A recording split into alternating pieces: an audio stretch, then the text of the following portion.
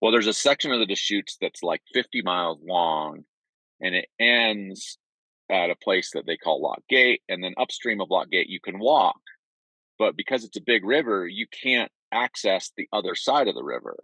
And usually, most of the drift boat and raft crews, by the time they've gone 50 miles and it's beer 30 for them, and they are like not fishing that lower 5 miles. And then when you walk up, there's crowded with anglers, because everybody's walking up. And so it's hard to find spots that are unfished. But meanwhile, the other side of the river is totally ignored because there's no road over there. So we would take pack rafts, put them in the backpack, and immediately paddle over and then fish the other side of the river without any competition because the drift boats are going by us and the other guys. And it was amazing how many more fish we could catch doing that. And then the other nice thing is, on that river, typical trout stream, the best fishing is often the last hour of day. But most of the foot traffic is already tired by then. It's been hot all day and they want to get back down to their car and have a beer and what have you. Well, I'd be able to fish till just before dark, flop into the boat. And while everybody else is like got tired feet walking on the dusty road, you're kicking back, laying there with your head and watching the world go by. So that experience was pretty young in pack rafting. It was like, hey, Packrafts can really get you into spots that other people aren't using.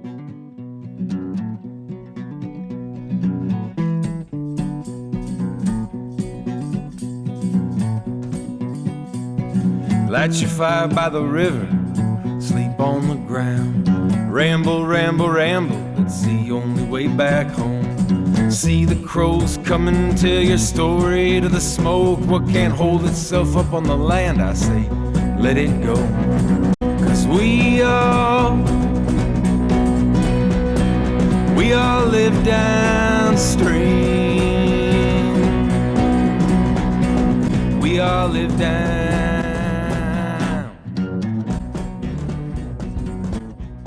Hello and welcome to A Beginner's Guide to Packrafting and Bikerafting. My name is Lizzie Scully and I'm your host. I own and operate Four Corners Guides, an instructional guide service, with my husband, Steve Fastbinder, aka Doom. We live at our base camp, Skullbinder Ranch, a 35-acre desert wonderland that borders Mesa Verde National Park and the Ute Mountain Ute Tribal Park. Doom and I also authored the Bikeraft Guide, a history of, wild adventure stories about, and how-to guide for aspiring bike rafters. We're giving our podcast a bit of an upgrade with new original music by Packrafter, poet, and musician Ben Weaver. I started this podcast late in 2023 as a way to share stories and information and to offer guidance to folks getting into packrafting, bike rafting, ski rafting, or any of the other activities that include these funny little inflatable boats. I also just like talking with cool people. I've had some really interesting conversations with Luke Mell, Jewel Harl, Jeff Creamer, Thad Farrell, among others. And we've talked about everything from Packraft fly fishing to women in packrafting to risk management and healing from sports trauma. Today, we are talking with Thor Tingey, the owner of Alpacka Raft and son of Sherry Tingey, who is the mastermind behind the modern day Packraft. So let's get started. This is episode 10 of A Beginner's Guide to Packrafting. Today, we are here with Thor Tingey of Alpacka Raft. And Thor, would you mind introducing yourself? I mean, I just introduced you, but maybe tell me a little bit about you're the owner of Alpacka Raft and how long you've been the owner and what you do there. Yeah, I helped. It's great to be on today. I helped start the company way back. My mom and I did the first prototyping back in 2000, and then the first boats were for sale, and the company was started around 2002, and then Mom developed the company from that point until about 2015, and then I rejoined in 2016, and have been running the company sort of ever since. Cool. Well, thank you so much for taking the time to talk to me. I know you're very, very busy. No problem. So can you tell me, at first, I kind of want to know a little bit about your history with hunting and your history with fishing. You grew up in Alaska. Can you talk to me a little bit about that? Yeah, so I would go ahead and say fishing is my first and longest love of sort of outdoor activities. My parents will tell a joke about when I was 2, they caught some fish and I was terrified and didn't want to touch them. And then by the time I was 3 or 4, it was like I was completely addicted. And they tell a funny story, which is false, but they that's their memory. I was learning to drive when I was like 13, before you could have a learner's permit or whatever. And we had this old Ford van and we were going fishing. And so they let me drive down the like dirt road. And they claim that I jumped out of the van because I saw a rising fish while it was moving. I definitively remember turning the car off and it was in gear, but they think the car was still moving, that they had to save the car from going into the river because I bailed from the moving car. So fishing is like my oldest sort of love of outdoor activities. And then hunting, I liked hunting just as much, but my dad had been involved in a lot of culling and killing of wounded elk on public lands when he was younger in the Park Service. And so he kind of lost the taste of hunting a little bit. So he took me hunting because he grew up hunting, but not because he loved it. He loved to climb. And so that's what he loved to do. So I didn't really get the sort of like family, let's raise you hunting, even though I liked it. And because of that, I didn't do as much hunting growing up. And I got really, really into bird hunting in college, and then later in law school and after law school, and I owned a lab and really, really got into bird hunting, and then, sporadically big game hunted. But over the last 8 to 9 years, I've gotten way more into, and I'm going to use the word hunting here. I've got way more into bow hunting elk in Colorado. And it's hunting. It's rarely ever successful, but I love the activity. Oh, why do you love it? Curious. So for me, like fishing is more of a, like, I've done it for so long in my life. It's like, I love it. It's ingrained. But I'm pretty good at it. It's pretty easy for me to do. And it's just like this cool experience. Hunting is way more focused, intense, hard. Like I think hunting, without a doubt, is the most engaged I've ever been in the outdoors. Like when I'm bow hunting, you're up before dawn. You're paying attention to every sound, every smell, the direction of the wind, all these things. And then when you actually get into animals, and one of the cool things about bow hunting is even if you're not successful in killing something, you're often in animals. Like there are elk around, and it just, as my good friend of mine puts it, he's like, to successfully kill an elk on public land with a bow requires 100 out of 100 things to go right.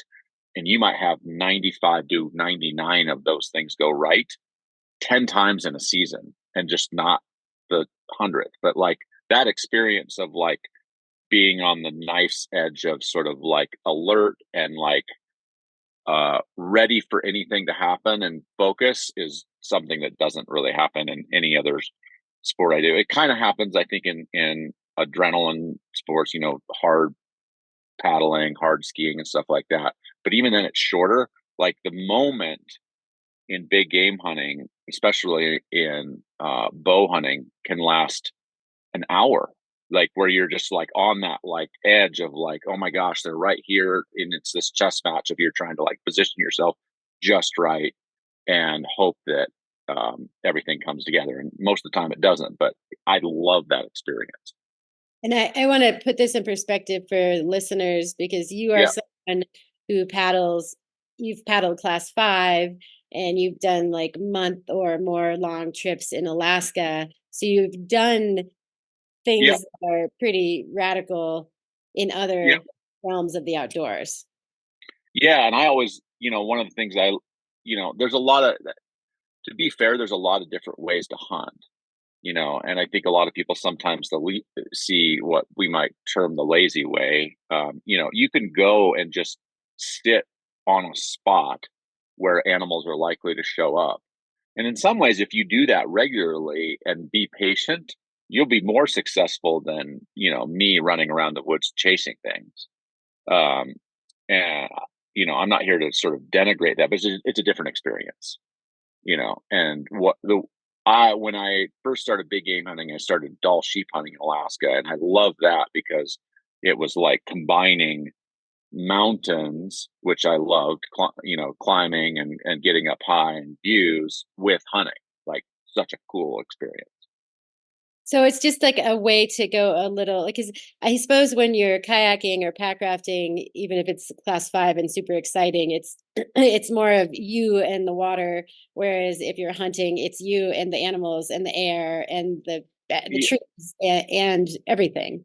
Is that ye- Yeah, and I might think about it in the sense of like if I'm paddling a hard or rapids, class 4 to class 5, there is definitely an adrenaline boost that happens, but usually you're paddling, it's fairly easy, and then you're like come up on a big rapid and you get out and you look at it and you think, am I going to do this? Am I going to not? You talk to your crew, you figure out a safe plan for it. You make a decision. And while you're making the decision, the butterflies start to build in the stomach and you start thinking, oh gosh, is this going to be okay? But then the actual rapid itself, unless I don't paddle continuous big water class 5. Once you're in the rapid, it's, a long class 5 rapid still may only take you less than 15 seconds to run, once from entry to end of it. So that experience is really, really, really intense. And then it's kind of less intense outside of it. Whereas I think big game hunting, especially bow hunting, when things start to happen, it can be an hour of or more of just like everything is on heightened alert. wow? That's so cool. So I like that, and you still get that peak, if you draw the bow and you expect the animal to step out or, do something, that it's the same kind of adrenaline hit. But, um, you get dry mouth, you get everything. And in amongst that, the only way you're going to be successful is by calming down, closing your eyes, taking a deep breath, readying yourself for the moment. So I think that experience is really cool. The other thing about it, like independent, like I say, I've been bow hunting for 9 years and I've only killed one animal doing that. So, it's not a lot of killing necessarily for some of the hunting I do. But while I'm doing it, I see such other cool stuff because you're being quiet. You're working, you're making sure that the wind is in the right direction. So, even though I'm out looking for elk, just I see small animals that are really cool and watch what they do. And, you see little predators like weasels and stuff like that, that when you're just backpacking, you kind of don't see that because you're a little bit more noisy and you're moving fast. And, when you're sitting there and going slow and being super observant, it's amazing what you see moving through the world. Cool. Well, thank you for sharing that. I'm going to sort of switch over to. I'm curious when you first envisioned using a pack raft for fishing or hunting. Like, which came first, and when did that happen? Trying to remember which came first.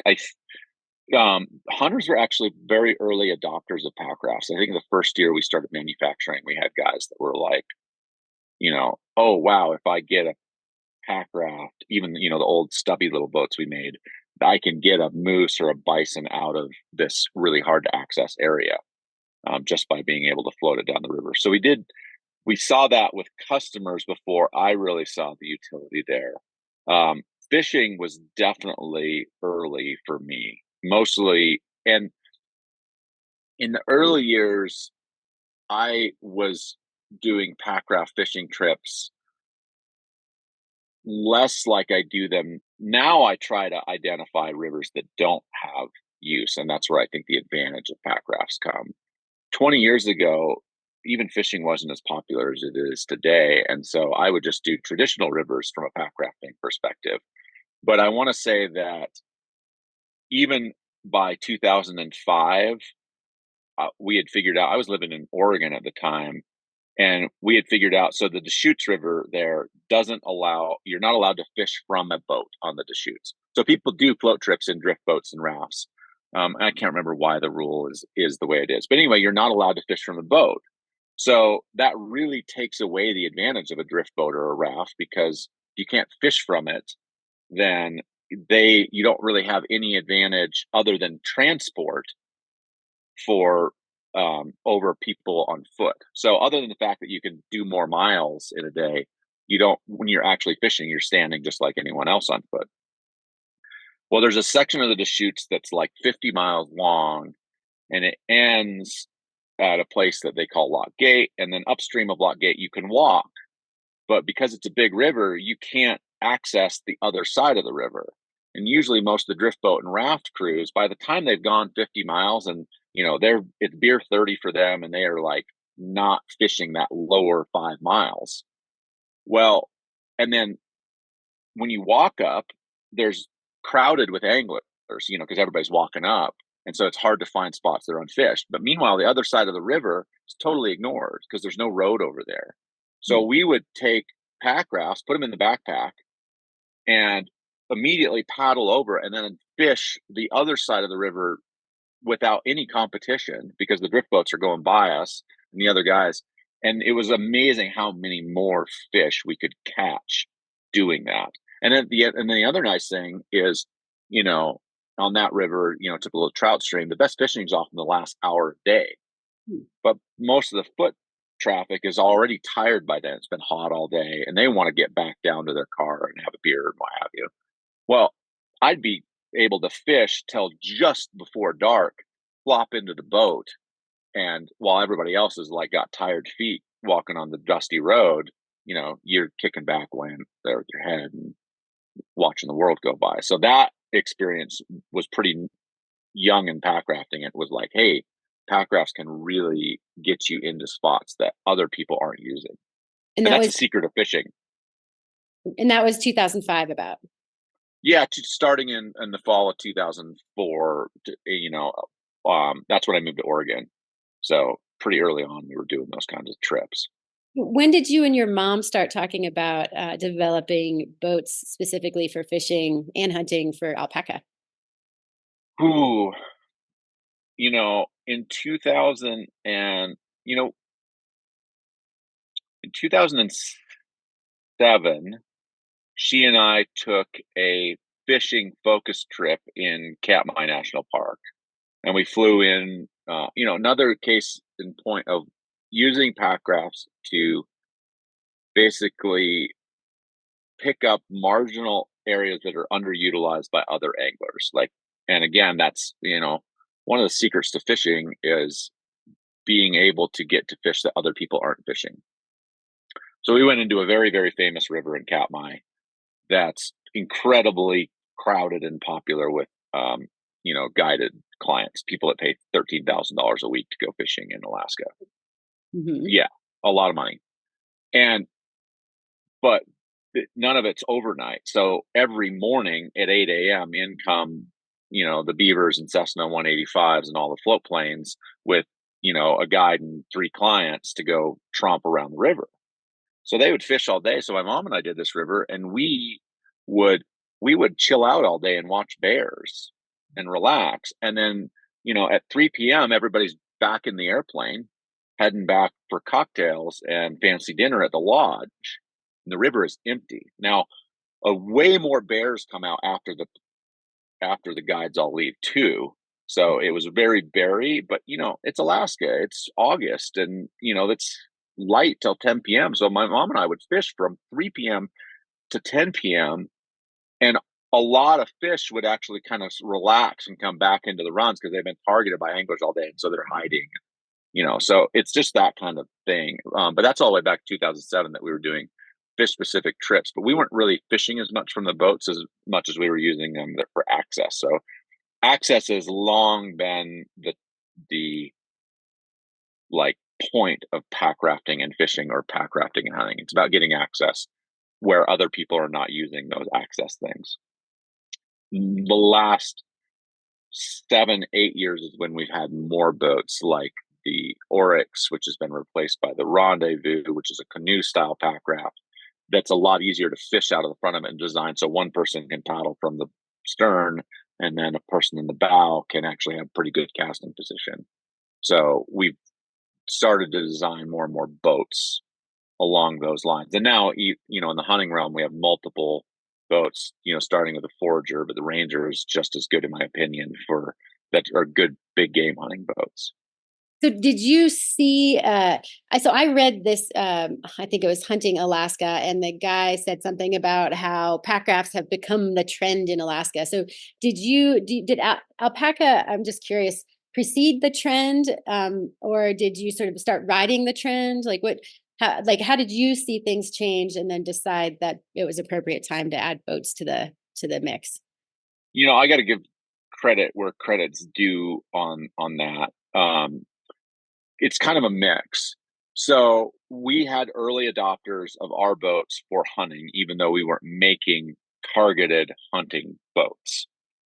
And then Larry Bartlett, Pristine Ventures in Alaska, um, who is a guide outfitter and what have you, he had bought our boats, but then he started having his own boats made that were more modeled after inflatable canoes, specifically for hunting. And I think I don't know how successful he's been, but they've been quite popular with Alaska hunters. He's been doing that for about a little more than 10 years now. Like, he's been doing the hunting thing for a lot longer than that, but specifically selling boats, Packraft style boats to hunters, he's been doing for 10 plus years now. And we kind of got into it at about the same time. We had been selling boats to hunters for much longer than that, but we started making targeted boats to hunters for about the same time. So basically, you saw that the trend, people started doing it more, and you were already doing it, and you were already selling it. So you decided that it would be a good idea to do something really specific for hunters and fishing anglers. Yeah, because the boats at the time, people were taking our ordinary adventure boats and using them for hunting, and we were like, I bet the hunters would actually like a more targeted, purpose-specific boat, and that's where the Forager came from. How big is the float hunt and fish market in general? Like, it seems to be pretty huge in Alaska, but It's big. It's big in Alaska. It's small overall, the pack rafting. I would say it's a small but very important part of the market. Like, it's sorry, probably less than 20% of our overall market, but that's an important 10+% wait, 20% of alpaca's market or 20%?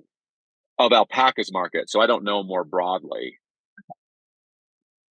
But it's a pretty big market. Okay. Yeah.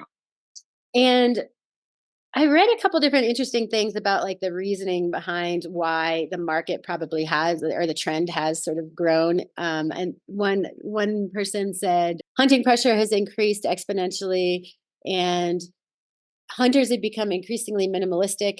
Both of those things are interesting to me. I can see that how hunting pressure has increased exponentially, but like, why would hunters become increasingly minimalistic?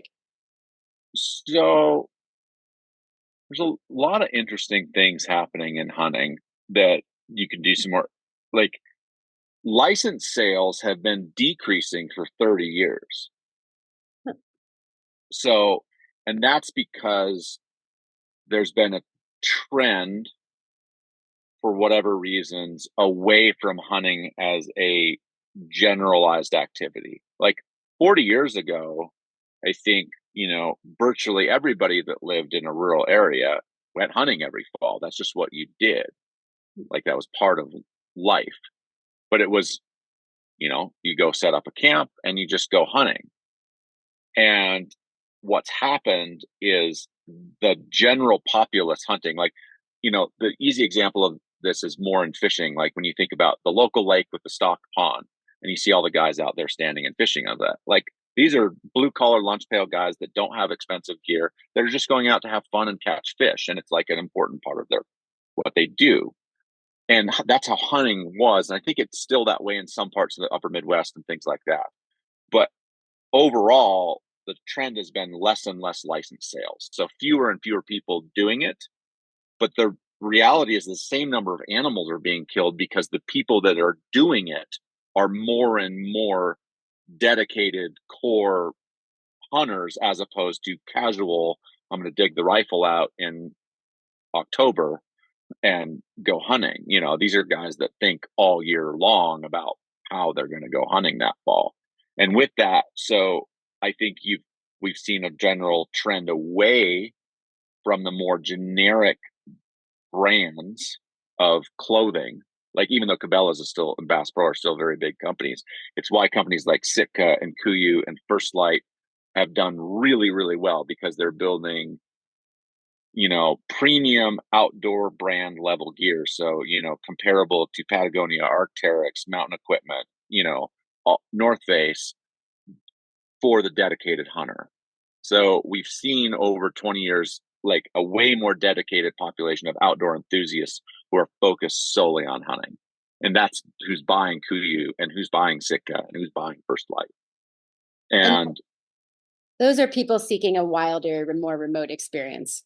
yes, they want the, like, full experience. Like, they're not just going to go set up a camp with their truck and then, walk in a few hundred yards and sit at a water hole and hope an animal comes by.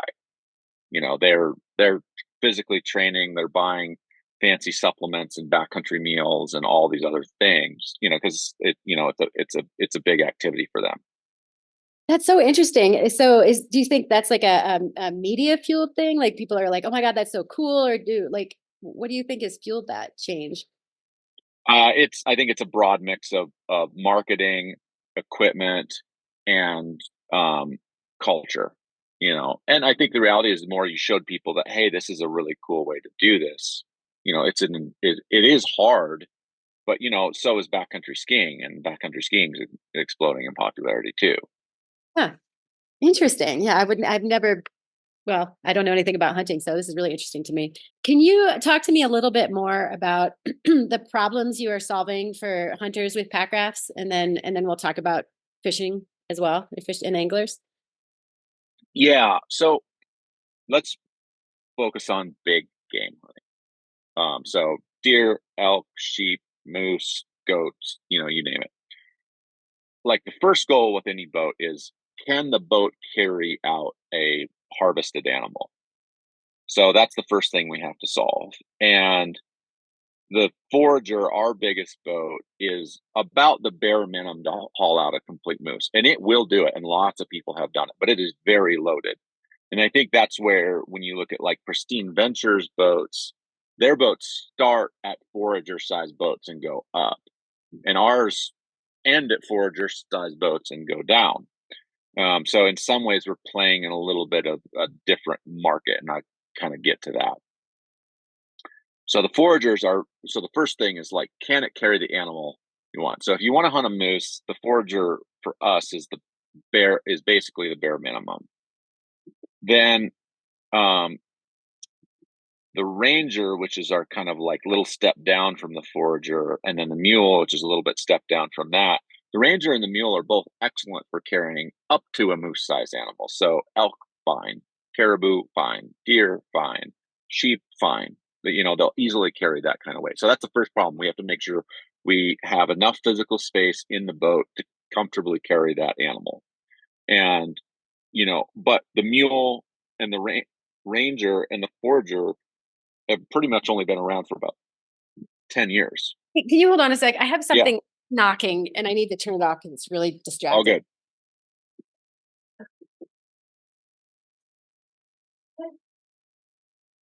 Hey! Wow. It's a freaking flicker. Oh my God. It was maybe the washing or the dishwasher, but it's a flicker. He's banging on the freaking, he's trying to make a hole in our house. Yeah. Sorry. Classic. Yeah. All right. Sorry. Go on. Anyway, we're talking, the first thing we had to make sure is that the boats could physically carry the game animal that you're hunting. And so we solved that for multiple sizes. And although we don't offer, like, up bigger than the Forager for, more capacity, although that's something we're looking at. Because that's the second thing that we're looking at is, now we have a boat that can carry the animal. Then the question is how are you going to use that? We've always been a more hike in or hike out focused brand, rather, even though packrafting has grown, and hunt packrafting as well has really grown to the point where a lot of people are doing it without serious amounts of hiking. So that causes us to kind of relook at things a little bit. Like, just in Alaska, for example, you might have you might really not have that much of a hike, Hmm. but the reality is a beaver is like $1,300 an hour, and it holds like 1,000 pounds or something. I can't remember what the payload on a beaver is. I know on a 185 you're going to pay close to $1,000 an hour, and you've got a 650-pound payload. Well, two guys, or three guys means you can only carry 60 pounds apiece. That's not very much. Two guys that each weigh 200 pounds. Now you've only got 200 pounds of gear that you can bring in that 185. Well, if you have a 14-foot raft, which is lovely, it's really, you can put a moose in it, all this other thing. That boat alone weighs 120 pounds. And then the frame weighs another 100 pounds. And now, you have to charter a second plane at, if it's an hour and a half flight in, that's $3,000 in extra airfare just to get your boat there. And so that's why packrafting has started to even make inroads into traditional float trips in Alaska, is because the cost, you can save the price of the packraft just on the first flight you ever do. Wow. So that's the easiest way to put it. So cost savings, carrying weight out. What else? So then what we want to look at, we always look at the walkability. So we want the boats to be able to be carried into river, because that's where we think you can really get because some people will be willing to spend the extra money of bringing in the big raft, and you don't really want to be competing with them on the rivers. So you're looking at smaller rivers. Can I land at a lake or land on a gravel strip that requires me to hike to the river? It's amazing how many fewer people you see hiking who are willing to hike even a mile to get to better hunting. Really? Yeah, I mean, it's a great thinner, even here in Colorado when I'm elk hunting, if I get a mile away from the road, 90% fewer hunters. Does that mean the market then shrinks for people who want to get boats, or no? Yeah, but that's just like the overall market, in general. I mean, they probably sell 5,000 sit atop, wreck kayaks for every one packraft out there. That's the world we're in. Hmm. I mean, like the ones you see at Walmart for $129 in the summer. They Right. sell, tons and tons of those to take down to the lake and kick around. Right, that makes sense. So that's for big game, and for small game, I guess it would be similar to fishing. It was just more of an access thing. Yes, exactly. So small game is more like bird hunting or waterfowl hunting. And I've never waterfowl hunted out of Packraft, even though I have friends that swear by it because they're super compact. You can get into tight spots. And there's a lot of situations where, like, a good duck hunting lake might not have a boat ramp to it. So you got to walk in a few hundred yards from a road access point, and the traditional hunters are going to be walking in, putting their decoys out there and hunting in that spot. But if you have a packraft, you walk in, get in the lake, and then paddle over to the other side. You have even less pressure. And ducks, waterfowl are like other animals. Animals are always seeking out where there's less pressure. Mm-hmm. That's fish behave that way. Animals behave that way. It's just the way it is. So packrafting is all about getting to spots that are less pressured by other people. Can you talk to me a little bit about like limitations of packrafts for hunting and fishing in brief, just in case? Because for example, we had a guy call us, and he was like, "Well, I want to float from Hanksville down on the Dirty," and we were like, "Oh, well, what's the flow? 100? Oh, well, you're probably not going to get very far."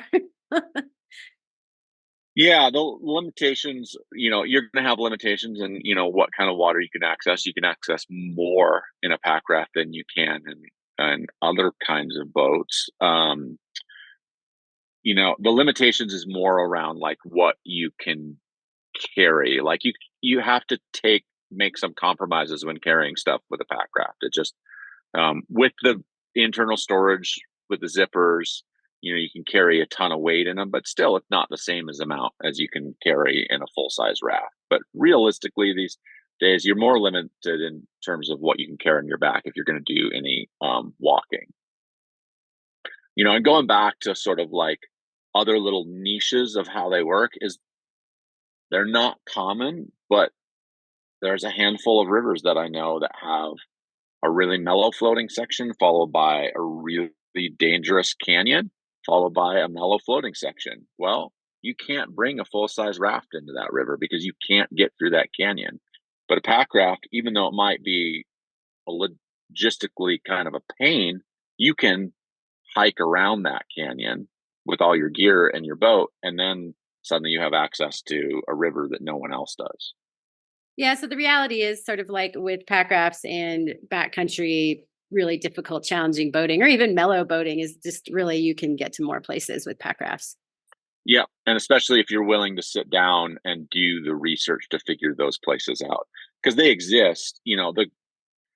There's tons of other companies who are all not necessarily doing that research for you, but providing those tools. Like Onyx has grown into quite a large company, and all they have is basically super high end maps with public land shown, and that's the way modern people hunt, is by using Onyx maps to figure out where can I go that I'm likely to have good hunting.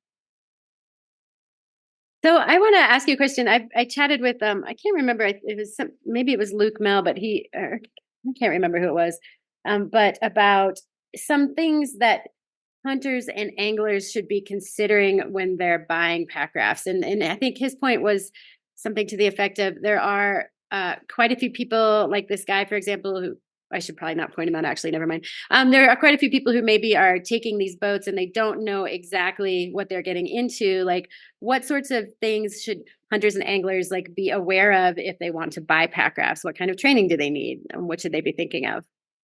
Yeah, I think there's for sure the angling market less so, because the angling market is just way more used to water. I think from Luke's perspective, where he may get a little nervous, and it's fair. I understand where he's coming from, but I've also experienced the other side. Is anglers are much less likely to have proper safety equipment. But that being said, I've done a number of rivers in Alaska where I have not brought a helmet, not brought a PFD to do fishing rivers, but we're talking like dead flat water rivers that are never more than like thigh deep, or if they are, it's for a short section. And I would be, wading in that river all the time anyway with my waders. And so I'm not, I'm making a judgment call that I don't need that safety equipment because of my skill level and my knowledge of the river. I think anglers are more aware of that, whereas hunters buying pack rafts, it may be their first experience with a paddle sport ever, and the reason they bought one is so that they could get to the places where other people aren't, and they're not thinking through all of the safety stuff. So what should they be thinking? Well, I obviously should, if you don't have experience with rivers, because we're really talking mostly rivers here, for hunters. If you don't have experience of rivers, you should get that experience before you're out in the backcountry hunting, because hunting is going to make it harder. Hunting makes everything harder. Carrying a backpack is one thing. Carrying a backpack with 120 pounds of elk quarters on it is a whole nother thing, and just in terms of like the physical stamina required, and stuff like that. So the same thing goes with a boat. Like a pack raft is very, very stable and easy to paddle and maneuverable when you've got 60 pounds of stuff in it. But when you've got 300 pounds of meat into it, well, if you've got a flooded out river from a big rainstorm, that suddenly gets a lot scarier because you've got to have better skills. So the reality is, my rule of thumb is like, good judgment is the most critical skill that you could ever have.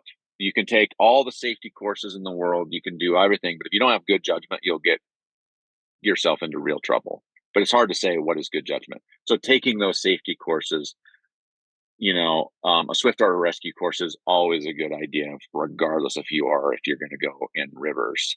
and stuff like that. But really, like if you get a boat, getting it out on any kind of similar river to what you're expecting to go to for a lot of practice before you actually get in that backcountry will serve you well. Cool. I think and then as far as gear goes, really just understanding where you are and what you're doing and what the rapids are like. And so like dry suit versus no dry suit, for example, like you bring them sometimes, but then you don't bring them other times. Yeah, most of the time hunting, you're actually going to be looking for rivers that don't have any kind of stuff, because you may have a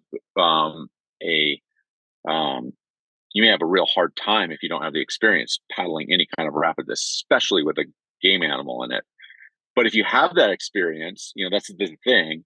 Then suddenly you maybe have access to things that other hunters don't do. I've got a good friend in Anchorage, and he's a Class 5 paddler too, and he's a really, really incredible traditional bow hunter. And he and I are always looking for rivers that have whitewater and potentially good hunting, because we know that no other hunters are going to go there. We're like, oh yeah, we can find a Class 3 or 4 canyon.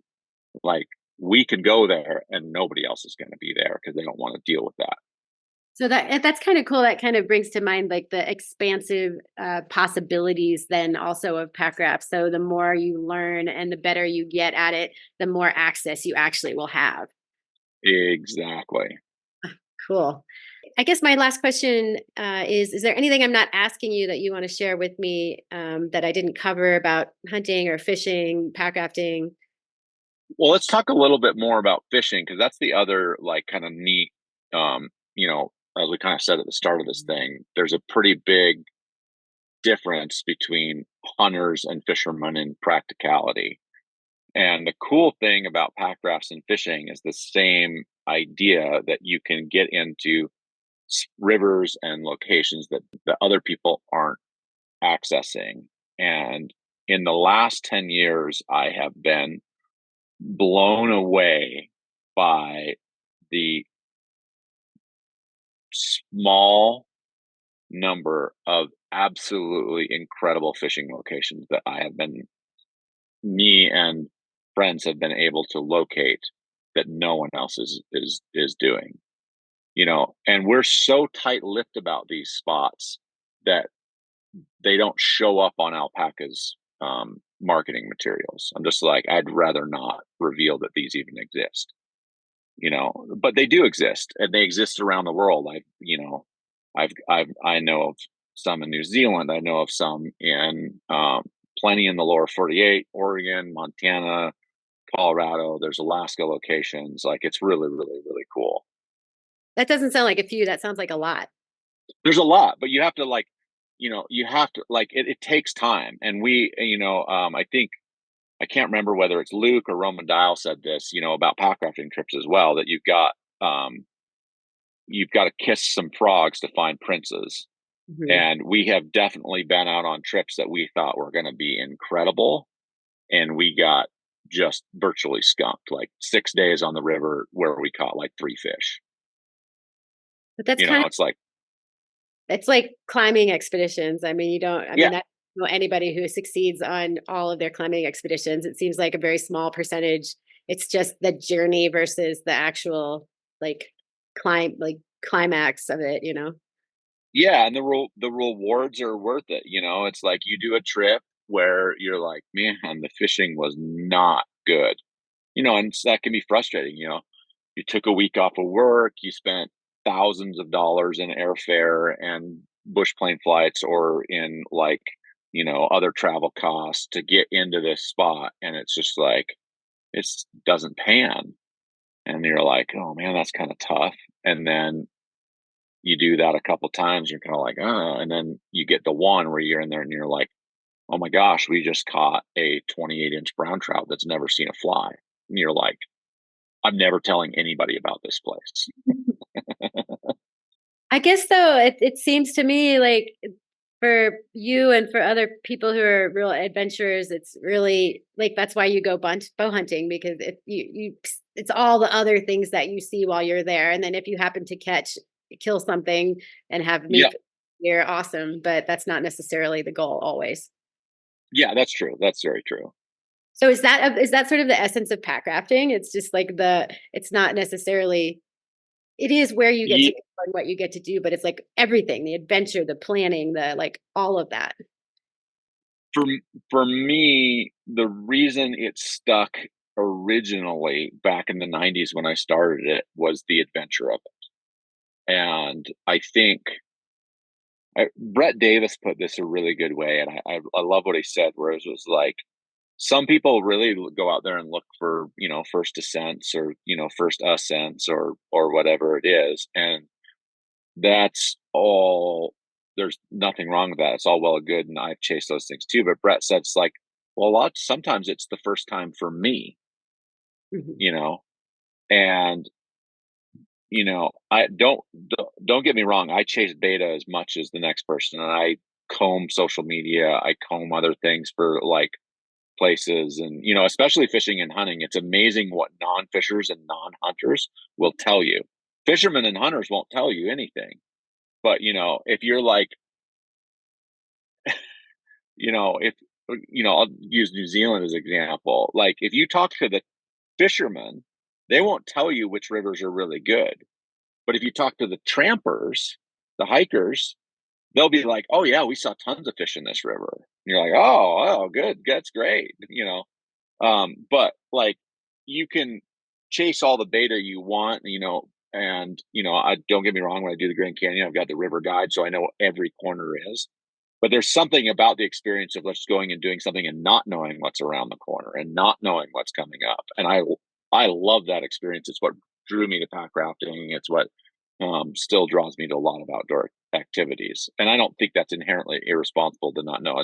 I'm not necessarily pursuing super hard whitewater that way, but definitely like adventure for sure. I'm totally with you. I mean, it is nice to have a general idea. Like Steve always says, like, you should know what the climate is. You should know what the weather is going to be as much as you can, and you should know the terrain. But there's like, if you knew every single last little detail, then I don't know how much fun it would be, how much of an adventure. And we experience that in our ordinary lives too. If we travel, like, you can fly to, a international destination and, pull up Yelp or whatever review and find exactly what's the most popular restaurant, which will probably get you good food and probably get you a good experience.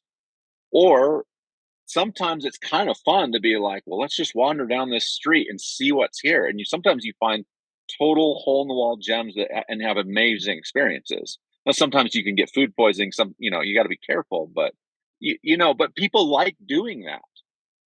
Yeah.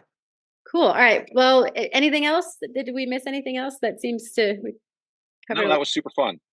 Oh, thank you so much, Thor. I know you're really busy, so but this is really fun for me too. I learned a lot. Yeah, thank you. All good. Yeah. All right.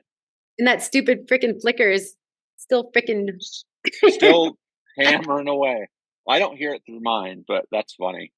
Yeah, he's loud. Yeah, he's like moving around the house. He was up on the window a minute ago. I had to go outside to keep him away, because the last one that did this last year actually killed himself by slamming into the window. So I prefer they not, bang holes into the house and then not kill themselves. Classic. Yeah, totally. All right. Well, you have 9 minutes to get to your next meeting. That's perfect. Thank you so much. All right. Have a wonderful day, Thor. All right. You too. We all live down.